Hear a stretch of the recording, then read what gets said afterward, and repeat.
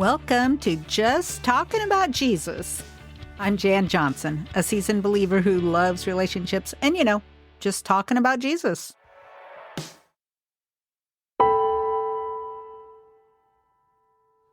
Welcome, listeners, to episode 10.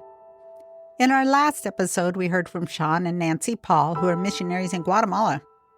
So far, I'm wondering what has been your favorite episode. I'd love to hear from you. Have you been abandoned, lived a life of abuse, drugs, depression, promiscuity? You're not alone. Did you know that people of the Bible lived these experiences as well? Joseph was abandoned. Tamar was raped. David was depressed. Mary Magdalene was a prostitute. Jennifer James had a father who was addicted to cocaine. Her parents divorced when she was 8, leaving her with a father whole in her heart. Trying to fill that hole, she sought after what she thought was the love of men. The only role model she had was her mother, who had a revolving door of men. Abuse, promiscuity, drugs, and depression. This was Jennifer's life. But God. Here is a powerful testimony to the amazing redemption and miracles of God. Let's lean into her story.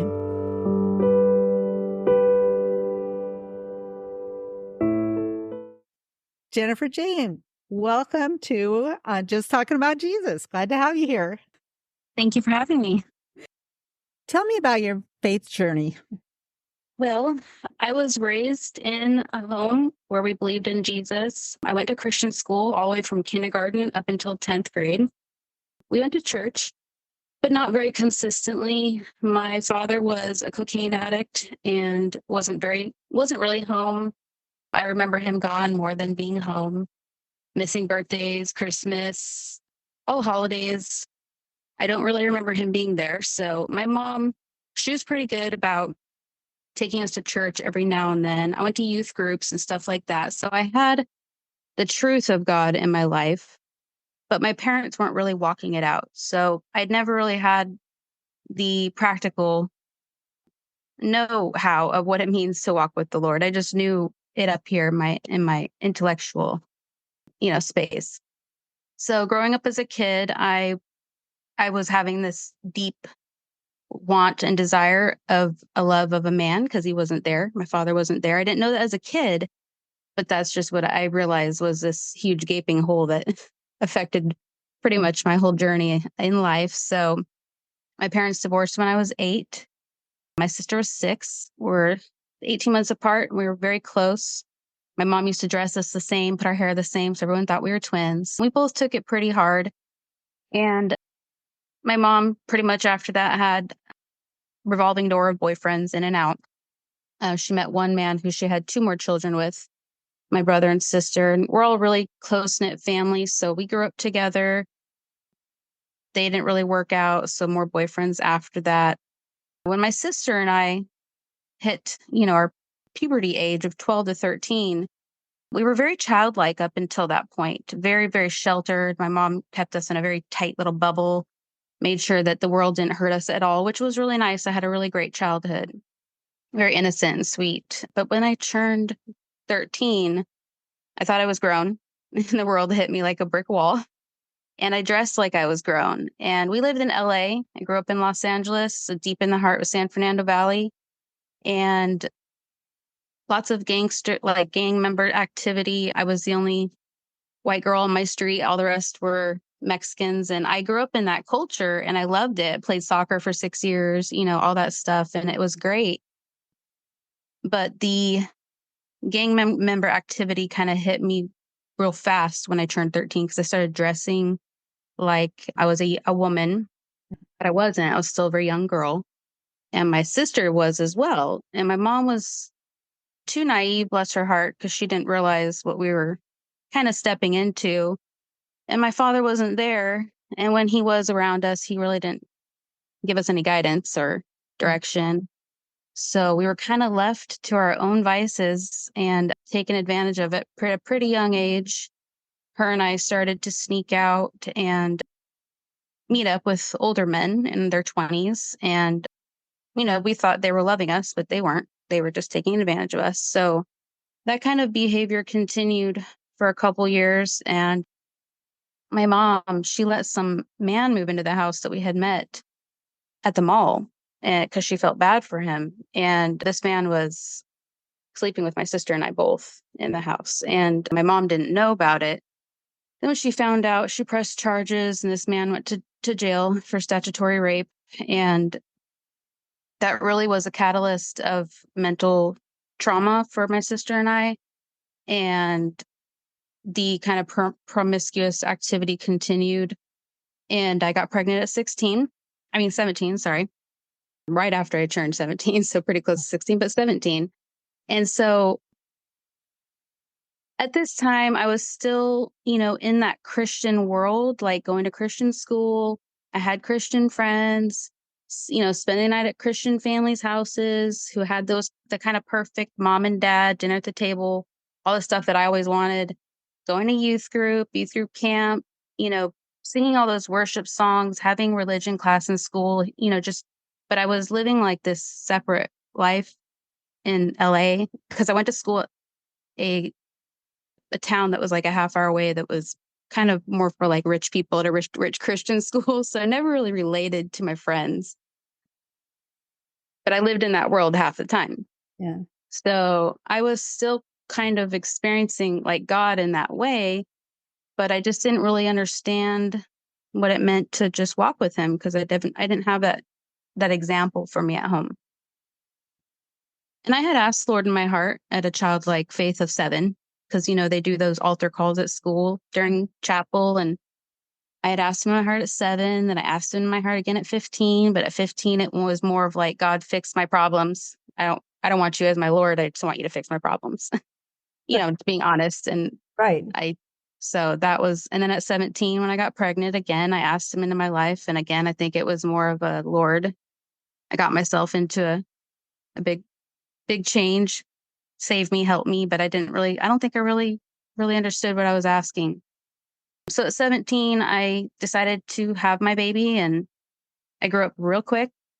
And I was kind of dabbling and drinking and smoking marijuana and stuff from the age of, 13 to 16. When I got pregnant, I quit cold turkey everything. I just wanted to be a good mom. My maternal instincts kicked in at high gear right away. So I grew up and then had my baby, my daughter, my only daughter. I have 5 boys and 1 girl. And God knew I needed her first. She helped me with all the boys. Yeah. So, and then I got pregnant again when she was 4 months old. So I have my second, I had him when she was 13 months old. So it was kind of like having twins. Yeah. Like they're technically like Irish twins, but I that had was like that. yeah. But that was fun. They were a lot of fun, and I kept sober. But after my second child, I had moved from LA to the desert with my husband because I'd gotten married at 17 after I found out I was pregnant. Dropped out of 10th grade, got married, started playing house, but my husband wasn't ready to grow up. He was 17. Yeah. I just kind of grew up out of that maternal instinct and just made the choice to do that. So I was home alone a lot, didn't have any friends or family. We moved up north to the Mojave Desert, lived there. And so I had my 2 babies at home alone most of the time. He was kind of out partying when he was up and working, but wasn't really ready to be a father or a husband, which I don't blame him. We were 17. Yeah. So after I had my second, I didn't understand or even know what postpartum depression was.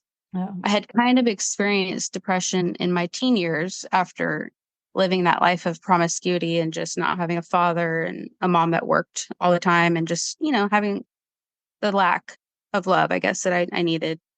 But when I had turned 18 and had my second, I could feel the difference. I definitely felt something different, and I was very depressed, just having a lot of really strange, bad thoughts. It scared me. I didn't know what to do. It continued to get worse, but I wanted to be a good mom, and my babies were my everything. So I sought help and we were going to a Baptist church at the time, but I've kind of always had tattoos and piercings. So in the Baptist church we were attending, I wasn't really accepted because I was just a young mom, and I don't think people related to me. And I kind of got dirty looks from some people, but I didn't reach out to the church. I reached out to what the world has to offer through counseling and therapy.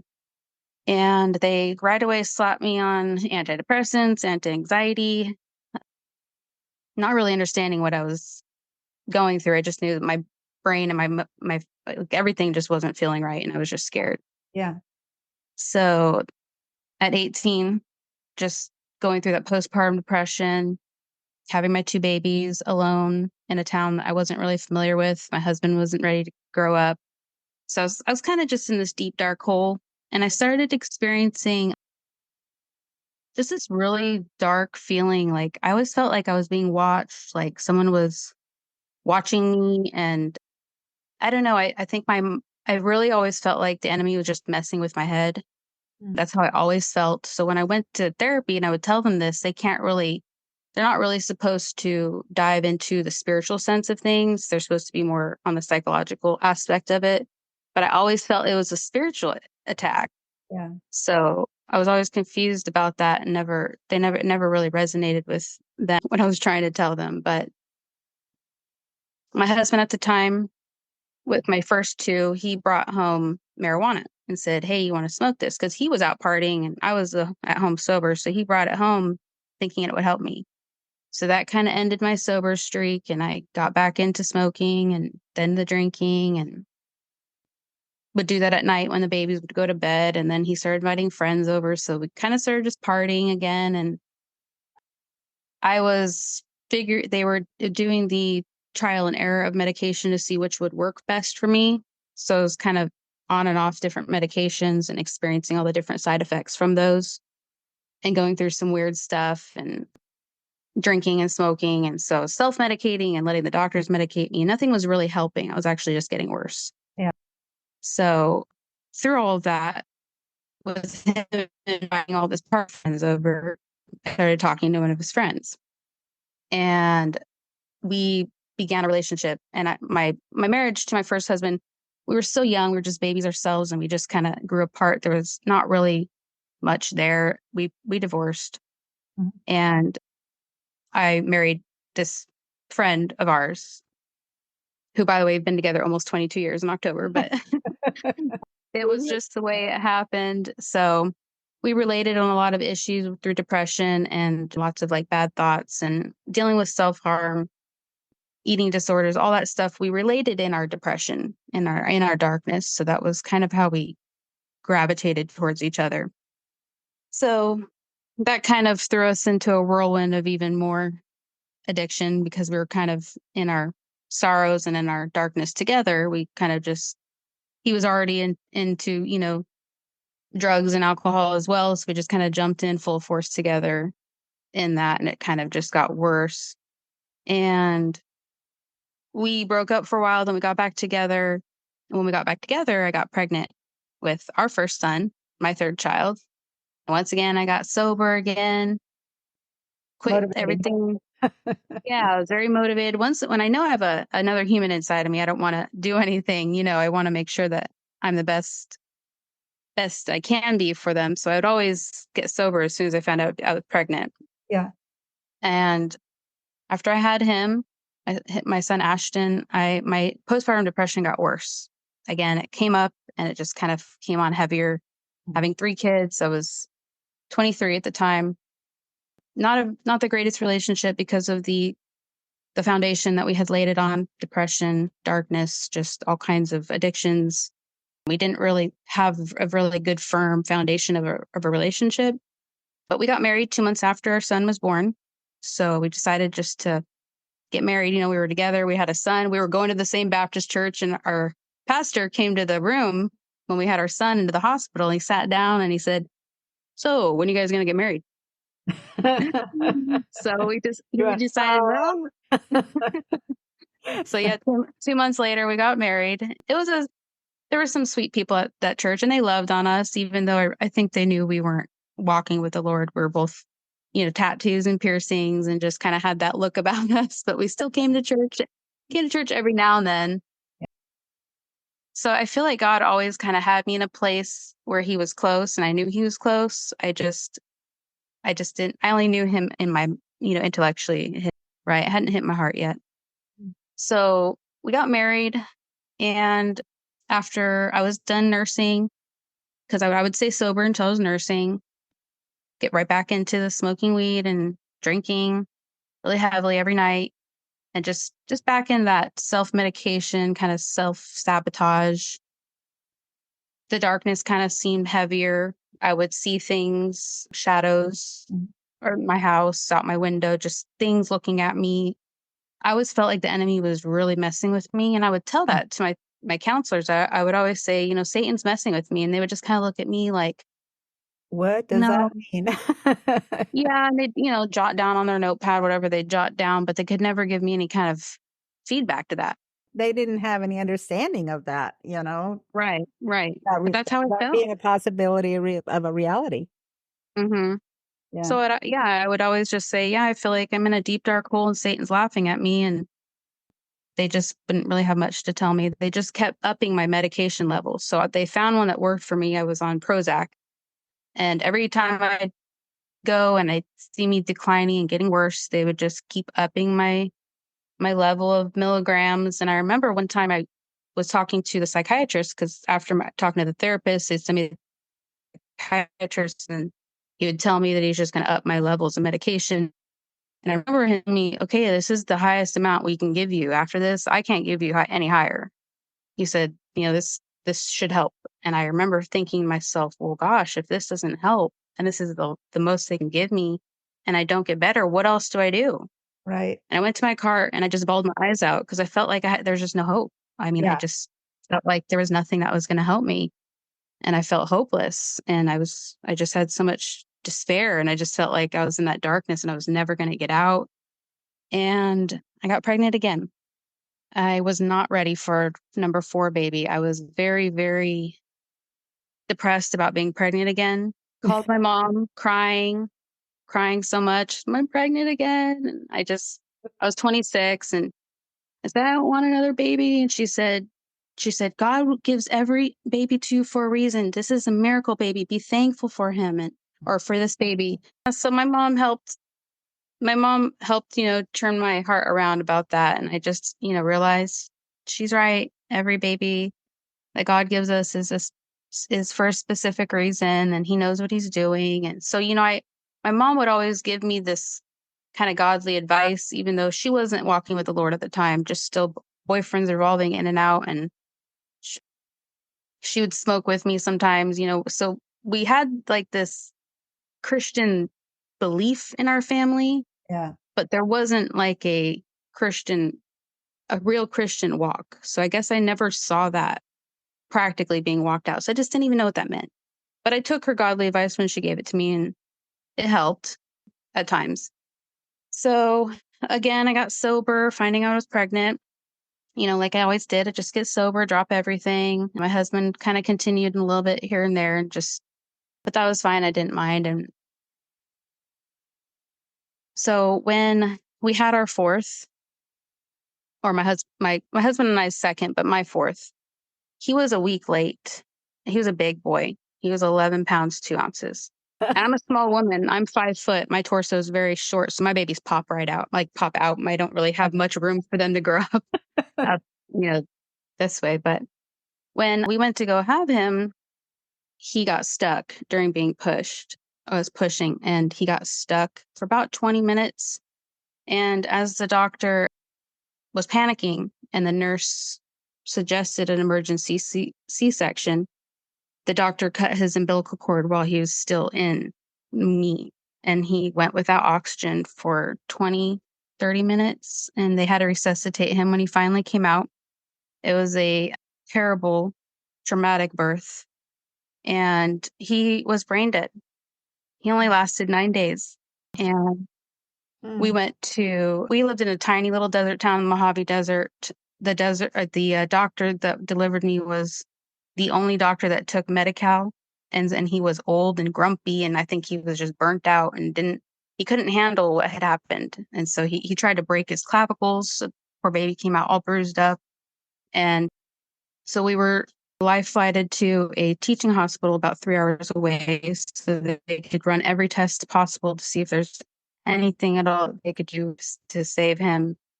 And there wasn't. There was nothing they could do. So that was a huge wake-up call for my husband and I. My husband, mind you, throughout our relationship, we were together for about 3-4 years up until this point. He had dabbled in Satanism, Buddhism, didn't want to raise our kids knowing Jesus, was just doing it to keep me happy. We'd fight about God, and he hated God. He was raised by men who professed to be Christians and beat him profusely as a little child. So he had this hatred towards God. But when we were at the hospital, they were trying to find out if they could save our son Gavin. I saw him in the bathroom, and he dropped to his knees, and he was praying and begging God to help us and to restore our son and to save our son. And it was like that moment, I couldn't believe I saw my husband on his knees because he hated God. That was the turning point for us because after we lost our son, of course, the church we were going to, the Baptist church, they loved on us. They were there for us. We held a little memorial service for him. And they did a meal train, all that great stuff. And my husband and I, we slipped into, a darker place. We had everything ready for him, the crib, the stroller, all the clothes, everything was out and ready. Our 3 kids were excited to have a little brother, so we had to help our kids through the grieving process. They were 3, 6, and 7, and it was just heartbreak for our family. Just terrible. Absolutely. Yes, it was just something we never expected, we weren't ready for. I mean, I don't think anybody ever is, but we sued the hospital, and when we got a certain amount of money, we settled for a certain amount that was enough for us to hightail it out of that Mojave Desert, little rinky-dink town that we never wanted to be a part of again. So we moved to Oregon, and we bought a house in Astoria. That's why we have so many common friends, because we lived in Astoria in Warrenton for 12 years. And once we got there, we wanted a new start, a new fresh start. We didn't really know anybody. His aunt and uncle lived there. That's why we moved there. And we thought it was beautiful. And it was a great little town. And we started going to First Baptist Church in Astoria. Mhm. And they were loving on us. But we were still drinking. We got right back into drinking and smoking weed because we were depressed. We were ultra depressed, even more so now, just trying to hold it together for our 3 kids.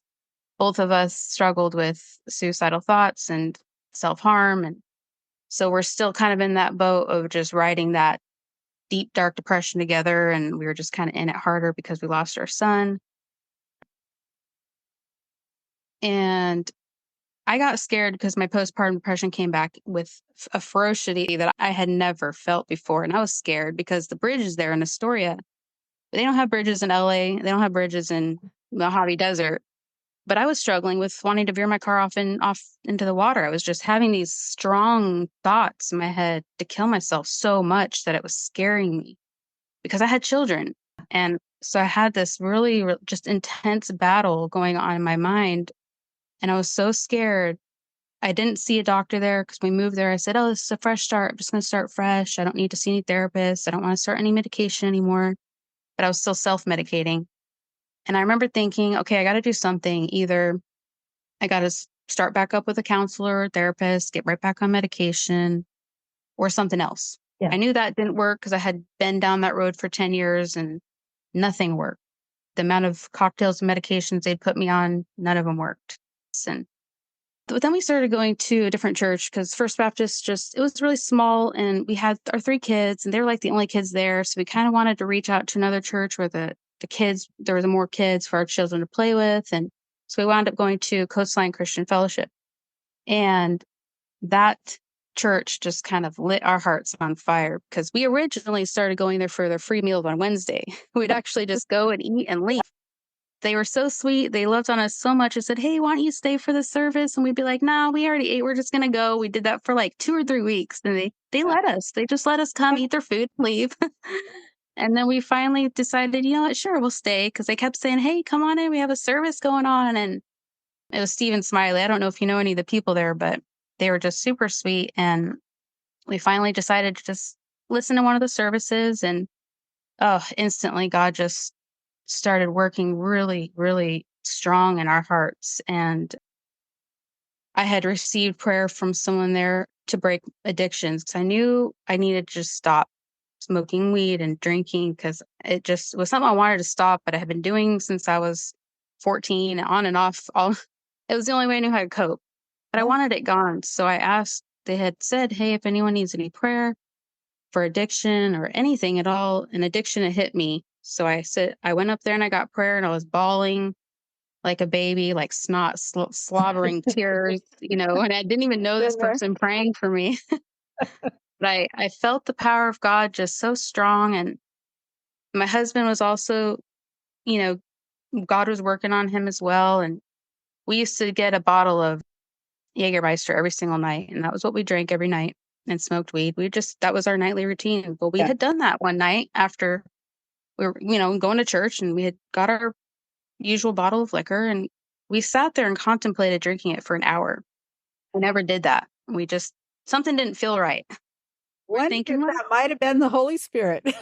Yes, definitely, because it was not something that we were used to doing. We were actually kind of dumbfounded as to why we were contemplating drinking it. I mean, we couldn't wait. As soon as kids went to bed, that was just our thing. We'd just go get drunk and high, and that was our thing. And it took us an hour, and we decided, well, we spent the money on it. Let's not waste it. Let's just drink it. So ridiculous. But we drank it, and I don't really think we even got any feeling from that bottle. And we realized, okay, we just need to stop. I think God's making it pretty loud and clear that this isn't for us. We just need to let go of it. Again. So one night, my husband and I, we got in a huge argument, like just really bad. And he left on his motorcycle. It was, I don't even know what time it was. I mean, we had just got done drinking. And so when he left, I was super upset because I was worried that he'd, get in an accident or something. And he said he went and he had an encounter with God. He fell on his knees and he was crying out to the Lord saying, we need to stop doing this. We're not honoring our son that just passed away. We're not honoring our children we have now. He said, we're not honoring you. He knew that we weren't living right. And when he came back, we had this huge talk. So we were basically on the same place of knowing that we needed to change, but we were kind of going through it differently, but we knew we were going through it together somehow. So that night, after a huge argument and my husband having an encounter with the Lord, personally, we had decided to make that decision together, which was not easy because we had been 8 years in. No, we knew each other on the foundation of drinking and being high. That was how we knew how to communicate. That was how we knew how to laugh together. How we knew how to be with each other. It was just high and drunk, and completely just stopped cold turkey. We didn't wean ourselves or anything. We're done. And I was taking birth control pills at the time, and I had been letting the Lord know on my heart that I wanted another baby. He knew I wanted another one. And so I was taking the birth control pills, and I said, you know what? I told the Lord one day, I said, I'm just going to throw these away, and you just bless us whenever you want to give us another one, because we're ready. Because my husband and I had just been talking about it, and we knew we wanted another one. So I threw those birth control pills in the trash, and we got pregnant again. And we were very excited this time because we had been trying and we were anticipating. This was the first time that we had actually tried to get pregnant. And I always tell my kids, God knew. He specifically picked out each and every one of you. It's just, we only had tried with the last ones because the other ones were just more of a surprise. But God picked you out. God knew what he was doing when he picked you out. So we got pregnant. We were super excited and very happy, and sober and just trying to learn and saved. We had both personally accepted Jesus into our heart. I remember I was talking to my mom because she lived in Florida, and she had a really strong church family there. And this was when we were just starting to get into our church family, so we didn't know them that great yet. And she said, well, Jen, if you want help, you can fly out to Florida and you can talk to my really good friend here who specializes in helping people with, depression and all those things. And I was contemplating flying out to Florida just to kind of receive that help, because this was right before we had made that decision to just get sober cold turkey. And I remember I was standing on my porch one day and I was looking out at the beautiful forest that Oregon has to offer. And I remember God, not audibly, but spoke to my heart. You don't have to go to Florida for me to heal you. I can heal you right here. And I remember thinking to myself, okay, Lord, thank you, because I don't have to fly to Florida. That was, expensive plane ticket. And that was, I think, something that was so special that he spoke to my heart, because that was what gave me the the Assurance. the courage and the assurance, yeah, to step out into that faith of knowing, okay, he's here with me, he wants to help me. And so we owned a coffee shop, my husband and I was sitting in our coffee shop one night, and this is when I was still contemplating, going back on medication. What do I do? My depression, my thoughts were just really heavy. And I remember telling the Lord, okay, Lord, I'm done. I'm done taking what the world has to offer. I'm done doing what the world has to offer. Mhm. Show me what you got. And I think he said, all right. He said, okay, I'm going to show you what I got. So I remember having that personal encounter with the Lord. And I think that was when the pivot happened of me turning from the world to him. And I know he was just waiting, because he just flooded his love on me at that point. Like from then on, it was just full, just grace and love and mercy, and just my depression was gone. My addictions were gone. I didn't feel like I needed alcohol anymore. I didn't want marijuana anymore. I felt like a new person, literally. Like my thoughts were gone. The suicidal thoughts were gone. I felt lighter. I had joy that I had never experienced before. I didn't feel like I was in a deep, dark hole anymore. I I felt like a new person. I had never experienced that It before. And become new. I was just blown away, because my whole life, I had known God up here. I knew all the Bible stories. I knew what Jesus had done on the cross. I knew the Bible. I you know what I mean? I knew that, all that stuff, but it had never hit me in my heart ever. And so just knowing that difference and feeling that difference was just a game changer for me. And the depression leaving was a huge, huge life altering, heart relieving feeling that I had never felt before. And it just felt amazing. And this was all around the same time that we found out we were pregnant.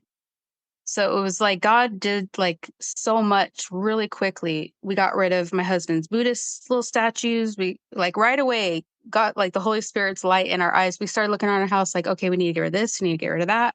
I Yep. had dabbled in like stealing things in the past. So I looked at my stuff that I had stolen, and I was like, I need to get rid of those things. They're not mine. They don't belong to me.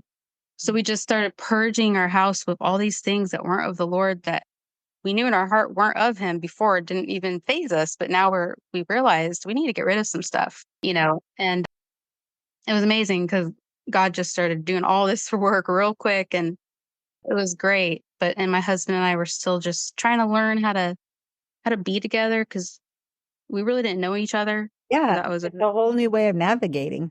yes, definitely. So that was a difficult one, but because of all the really fast blessings and healings and everything, the first year was amazing. And so when we found out we were pregnant, I went to my first appointment, and I had expressed to my doctor what we had experienced losing our son 3 years prior. So 3 years had gone by. And I was just bawling my eyes out to her, just telling her my story. And she was very, very sweet, very, very sweet lady. And so we went to go do the ultrasound. And as soon as she put the ultrasound on my stomach, we saw two little eggs in there. We had Oh. twins.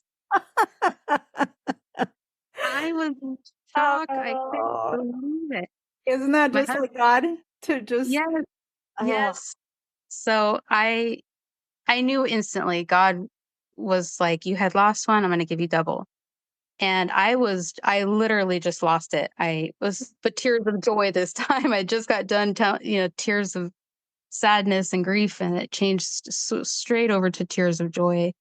And my husband wasn't able to be at the appointment, so I called him right away and told him, and he started crying, and we were just so excited. wow.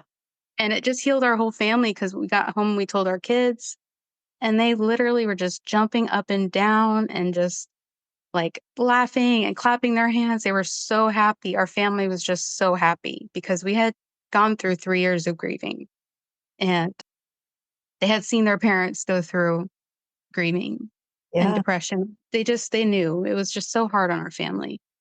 So instantly, like within a month or two, I don't know where it came from. Obviously the Lord, but I was not a reader before I got saved. I instantly had just this hunger for God's word. Like I could not stop reading it. And I started just reading it, the New Testament.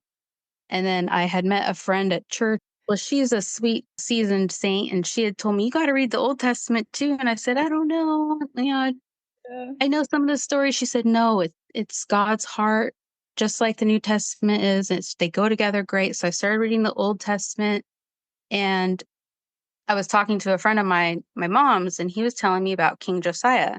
And he was telling me how we kind of reminded him of King Josiah because of just the drastic change once Josiah had found God's law and realized that they weren't living right. And he just changed his whole kingdom and, purged all the evil and all that. And so he said, you guys remind me of King Josiah and how God's working in your life. So I knew right away that's going to be the name of one of our babies. We didn't even know if we were having boys or girls yet, but I knew Josiah is one of the names we're naming our babies. So we found out we were having boys. And so we realized we had to pick another name. So we started praying and just searching what name would fit. And we came up with Jeremiah. Both of those names, actually, once we realized those were the names we wanted to name our boys and that the Lord had given us, we looked up the meanings, and Josiah means God heals, and Jeremiah means God lifts up. And instantly it just hit my heart because God had healed us. And I always felt like I was in that deep, dark hole I couldn't get out of. And that saint was laughing at me. And I remember vividly thinking God had put his hand down in that hole and pulled me out. So Jeremiah means God lifts up. Those names just meant so much to me.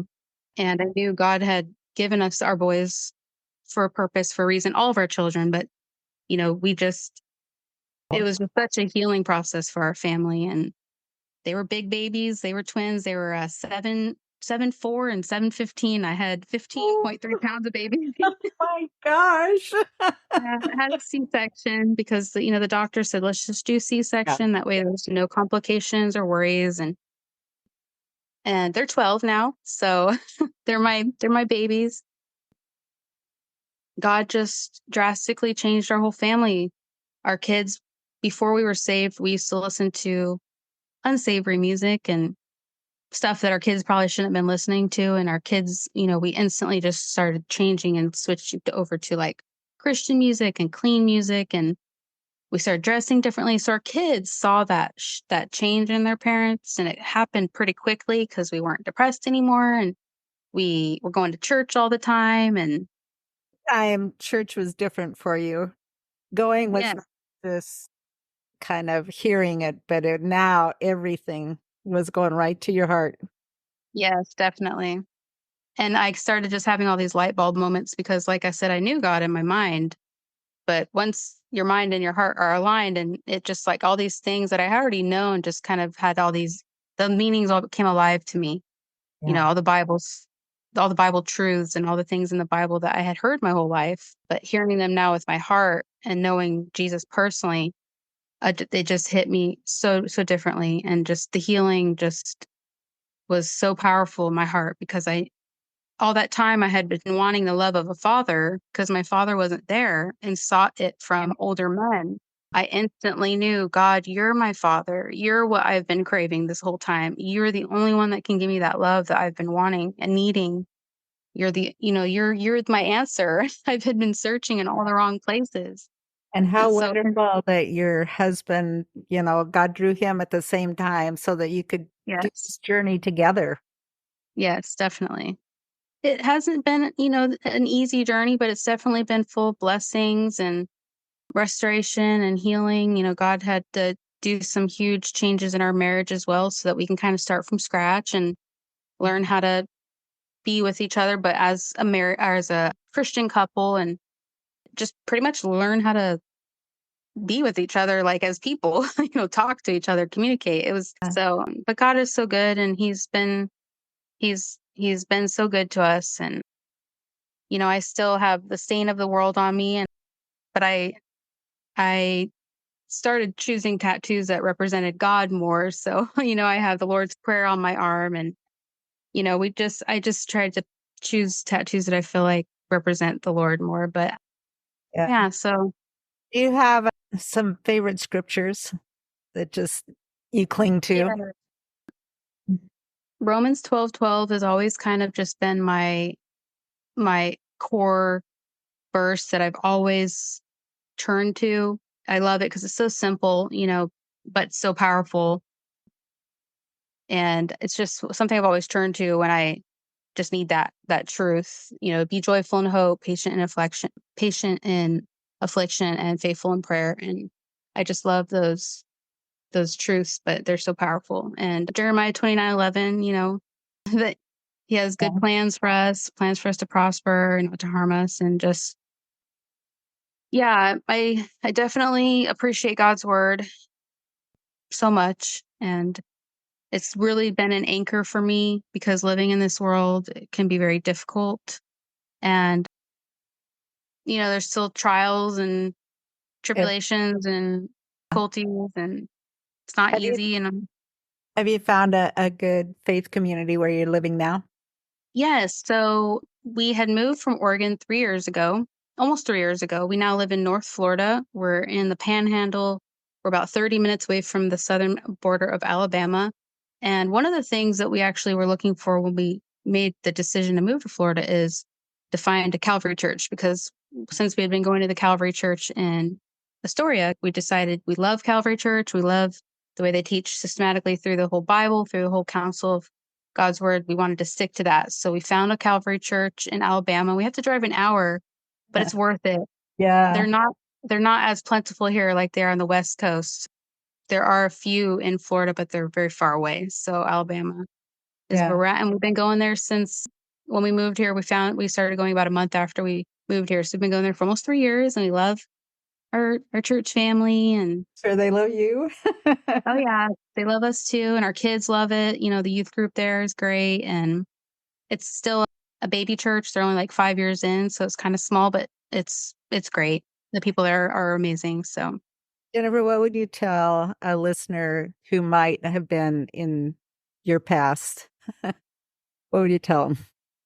well, what I would say, and this is what I try to tell anyone that I ever talk to, is, the world has a lot to offer, but there is nothing in this world that can fill your soul and heal your heart like the Lord can. Like God can only is the only one that can heal your heart and change your heart and restore your heart. And I feel like everything that the world has to offer is just temporary. We can experience some temporary joys in this world, but I truly believe that God is the only one that it can make us whole, that Yeah. can give us meaning in life, and that can help us be who we were created to be. Good word, huh? You had a long journey to get there, but how wonderful. Look at you've got a long journey ahead of you. And look at what a great role model you can be for your kids.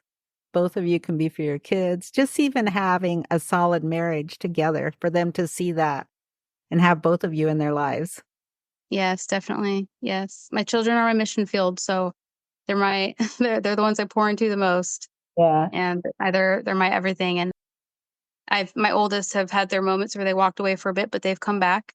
And definitely having my anchor in Jesus, I've been able to share with them and help them through their struggles. So that's definitely been a blessing. And Well, thank you, because this has just been amazing. This has been a real blessing here.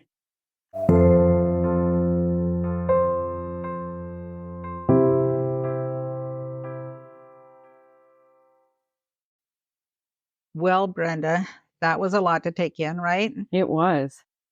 So much brokenness in there. And you just see how things kind of compounded for her, starting with her dad being a cocaine addict and then a divorce. I mean, just a divorce anytime is rough on kids. Absolutely. And then the revolving door of her mom having guys in and out, and then ending up getting raped. It's just like, I, It's a recipe for disaster and brokenness. so much Absolutely. there. But when she was going to church too, I Yep. mean, so there was that. So she did at least have some sense of God, Absolutely. but not being able to really grasp on to who he was. Yes. you She know. couldn't fully see the depth of who he was. And she said something about having a deep want and desire to have the love of a man. And that so often happens when there's that abandonment of a dad. Absolutely. I agree with that. And that I can say that resonates with me, because if you don't have that, you're looking for it. You're looking for that fulfillment from man, from the world, because your life is imbalanced. It's not the way God created it to be. And you just want to be seen and loved and accepted. Yeah. And you know that has to interfere with who Daddy God is. Oh, definitely. You know, how you see God, because if he's going to be the father figure and yours wasn't all that great. Yeah, how do you see that Father God is good and loving and is not how so many earthly fathers are? How do you see that, especially a young person? And if you don't see it in anybody else or anybody else's families, you just think what you're living is normal. Yeah. Yeah. And it's empty. Yeah. And she did say something about when she was going to Christian school or being with some other Christian families and seeing how wanting what they had, but there still was not that connection of, oh, I could have that possibly.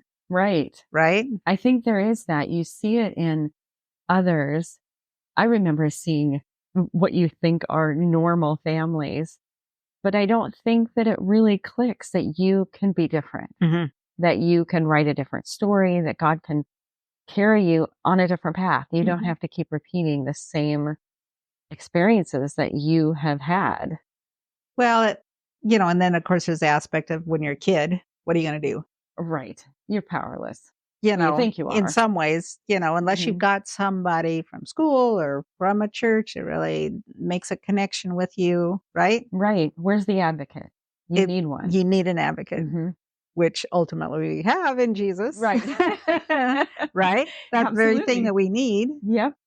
But it's kind of nice to have that personal on the feet on the ground, right? Right. Yep. Exactly. That's making that happen. What a hard life to reckon, and then to be pregnant and you're just a kid and you're still trying. I mean, she chose life. You got to give her that. Absolutely. That's so great that she did choose that. And, I love that eventually she got to that point where she realized that, I think it was her mom that said, God chose these babies. Yeah. I always tell people God created you on purpose for a purpose. Yeah. And he chose those babies, and she did choose life.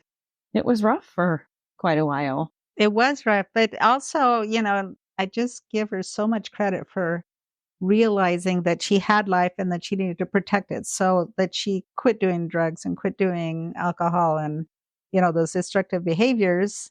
That's amazing. During the pregnancy, which is a hard thing to do. Right. And it's not the story that we hear so often. Right. And that was courageous. She was so courageous to do that. I wonder I'm sure now she can see that God had his hand on her. For sure. He was, working in her life, even when she didn't know him on that deep level. Yeah.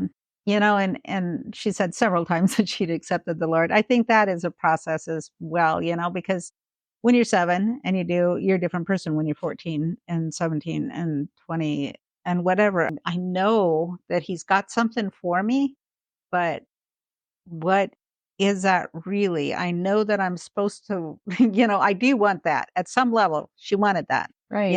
That was there. To recognize that yearning for more. Yeah. Yeah. Her spirit was telling her there's more. Right. Right. Definitely more. And then I think it's such a normal thing to live a dual life, to go to Christian school, but then meanwhile, I'm still this other person that nobody knows about, and to be able to balance that and still be that. I think a lot of us do that. Oh, I think so. I think that's more the norm. We can all catch ourselves doing it no matter how mature we are in our faith. You can look at what environment am I in? Am I behaving differently because, I'm in this particular environment where people are more, maybe they're being a little more crude or a little more wild or whatever it is. Yeah. Do I sort of adjust my personality and my behavior to fit the situation? And I think that's easy and common for so many of us. Yeah. We have to have that awareness to be consistent and to be genuine. You're going to have the incidents of feeling shame if you're knowing what you're doing on one side and then Right. in that other Christian environment that's supposed to be a certain way, right? Mhm. And whatever they tell you, Exactly. there to do. But I'm guessing that she wasn't showing her Christian side when she was I'm guessing that probably is true. That on she the other was side living too. the worldly way. Right. Especially if you live in a gang sort of occupied area. Mhm. I don't know if you've been in that area where she was talking about where she lived, but it's true. You want to fit in, Mhm. and the sort of whitewashed Christian girl isn't going to fit in that environment, Mhm. especially the fact that she was a white girl in a predominantly Mexican Right. neighborhood or, situation that already made her stand out. Right. So being a kid who doesn't have a strong support system to be who she's supposed to be, you're going to be like a leaf in the wind. Yeah. You're going to bend so that you fit. Yeah. Exactly. Exactly. Wherever you are, huh? Exactly. And there's no surprise that she would have postpartum depression, which would spiral you down. And then even the idea that she knew that there was a negative force, that Mhm. Satan getting his hands on her. She knew it was more than just depression, just, a normal experience of that or Right. whatever, that it was something way more than that. Right. And look at how many doors that were open for Satan to come in. Oh, so many. I think about her counselors that, so many of them had to be thinking, oh, does this girl need to go to the psych ward? She's talking about Satan. They have no idea Yeah. what spiritual warfare is. Right. But I love that God gave her an awareness of that. She couldn't dig herself out of it, but she knew something bigger was going on. Yeah. I love that she talked about, they lived in the desert. And in my mind, I was thinking being in the desert, literally and figuratively. Wilderness, right? Yes. And she was hurting. I love how she talked about how she and her husband didn't really know each other, because they had all these things, the drugs and the alcohol, Yeah. and their life was based on something else. Yeah. And boy, they were in a desert and God rescued them. And having to relearn all of that. But wasn't it miraculous when she finally grabbed on to God and everything instantly for her just changed, It just seemed like once she could finally really taste who he was and really get through that deep emotional level Right. where you're crying your eyes out and Yes. you really got it. Okay, Yes. I get this, Mhm. right? Because Yep. it takes that getting down to that heart issue, right? Oh, it absolutely does. Because there were so many things that happened to her that just, when you really understand who he is and that he can be that dad you were looking for, Right. the one that really cares about me, regardless of what I've done or who I think I am, or, That's the focus right there. Regardless of who you are, that you recognize you need a savior. You are incapable of saving yourself. Only Christ. And that's where I feel like all the pride goes away, any self-righteousness, defensiveness. We want to be good and we want to be right all on our own, but we're not, we're filth. We're unworthy. Yeah. And she finally got that. Yeah. Yeah. And, when she said that God spoke to her heart, just totally spoke and said, you don't have to go to Florida to be healed. I'm right here. It's like, oh, that whole revelation, first of all, to recognize that was God speaking to her heart. Yes. And then to say, no, you don't need to be dealing with suicidal thoughts anymore. You don't need to do any of that, all of that. That's who I am. I love that. It's that light bulb moment, that Yeah. recognition that I've got this. Yeah. I've got all the power that you need and I can save you. Yeah. Her story is beautiful because not everybody gets completely healed of things like depression. And it would be easy to think, well, my faith must not be strong. Mm-hmm. But that's not how it is.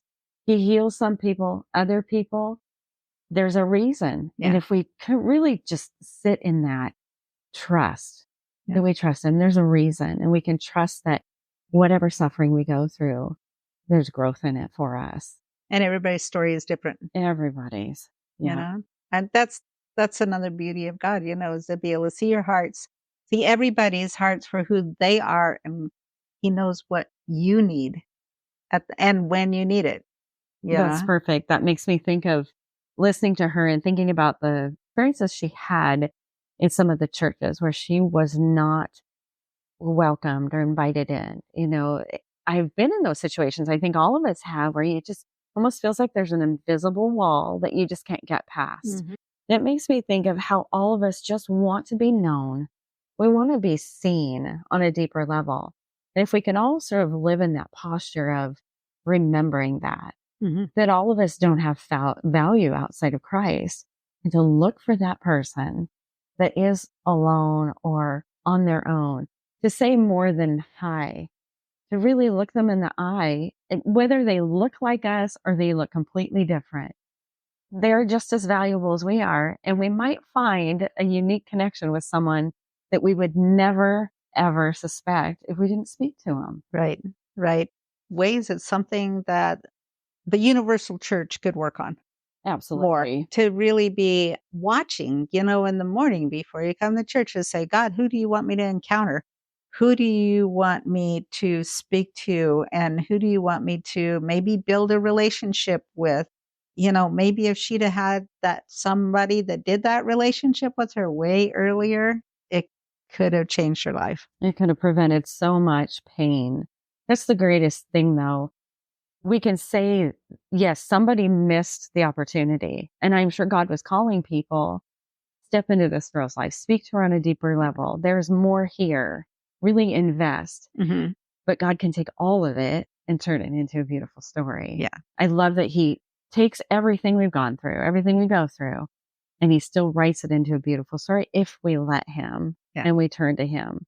And hopefully for someone like her, there are so many stories like this. Hopefully it creates that sort of invitation and awareness to look for those people, like you said. I love to pray on Sunday morning. Lord, show me that person who's alone, Mm-hmm. who is feeling lonely, who's feeling unseen. You don't know who you're going to affect. One smile, one look in the eye, like you matter, could change the trajectory of someone's life. Right. And you don't know it, but that's how Jesus shines. We just have to be open to it. Right. Instead of the rush, which is what we do, especially if you're trying to get the kids ready and you're getting them to church and getting in the door and you come in and you're sweating and you're crabby and you've been, cranking at each other in the car. And then you get here and put on the church face. That's not what God is looking for. We really need to take that moment to say, Holy Spirit, reveal to me who I can invest in, even if it's just a hello.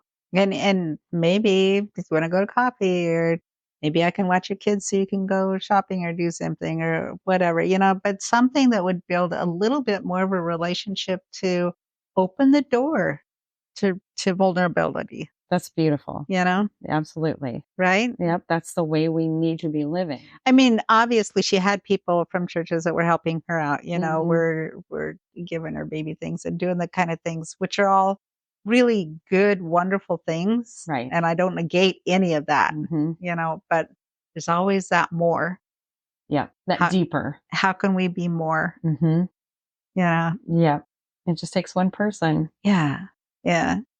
So I feel a little like, that's God talking to me too. How can I be more? This is lighting a little fire.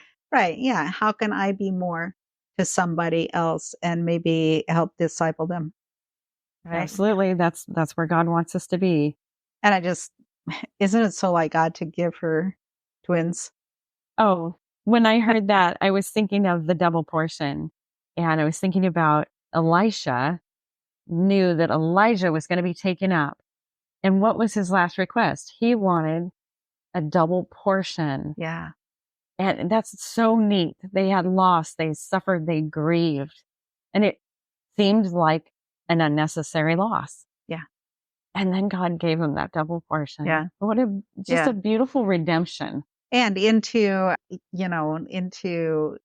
now all of their family being able to, seeing the changes in them where they put away their music, they put away their drugs, they put away alcohol, just their whole lifestyle, learning to get along and how to be in a relationship, all of that too. It's like Job, a whole restoration, right? Exactly. And given Yep. more too. Yeah. Exactly. So, yeah. yeah.